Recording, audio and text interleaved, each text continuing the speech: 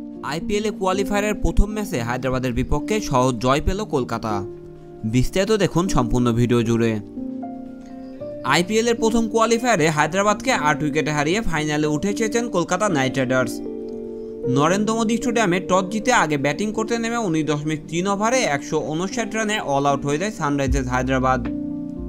Run তাড়া করতে নেমে ভেঙ্কিটেশ আয়ার ও শ্রেয়াস আয়ারের 50-তে 38 বল হাতে রেখে জয় তুলে নেয় কলকাতা। এই হারের পরে সানরাইজার্স হায়দ্রাবাদের ফাইনালে ওঠার আশা এখনও শেষ হয়ে যায়নি। এলিমিনেটর ম্যাচে জয়ী দল শুক্রবার দ্বিতীয় কোয়ালিফায়ারে সানরাইজার্স হায়দ্রাবাদের মুখোমুখি হবে।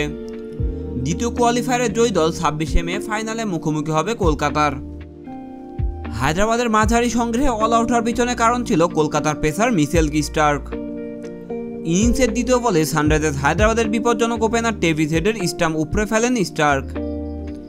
মিডল অর্ডারে নীতিশ কুমার ও শাহবাজ রেড্ডির উইকেটও নেন অস্ট্রেলিয়ার এই পেসার।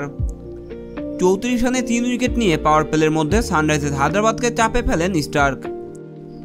পাওয়ার প্লের 6 ওভারে 45 রান তুলতেই 4টি উইকেট হারিয়ে ফেলে সানরাইজার্স হায়দ্রাবাদ। 3-এ নামা রাহুল ত্রিপাঠীর 35 বলে 55 এবং এরপরে দুটি 30 সাধ্য ইনিংসে এগিয়ে যায় হায়দ্রাবাদের ইনিংস। হায়দ্রাবাদের হয়ে 21 বলে 32 রান করেছেন হেনরিক ক্লাসন। 9-এ নেমে অধিনায়ক প্যাট কামিন্স করেছেন 24 বলে 30টি রান। রান তাড়া করতে নেমে 3.2 ওভারে প্রথম উইকেট হারান কলকাতা।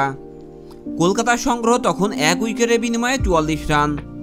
ঠিক এর পরের 3 ওভারে ওপেনার সুনীল নারায়ণকে 16 বলে 21 রানে ফিরিয়ে নেন কামিন্স।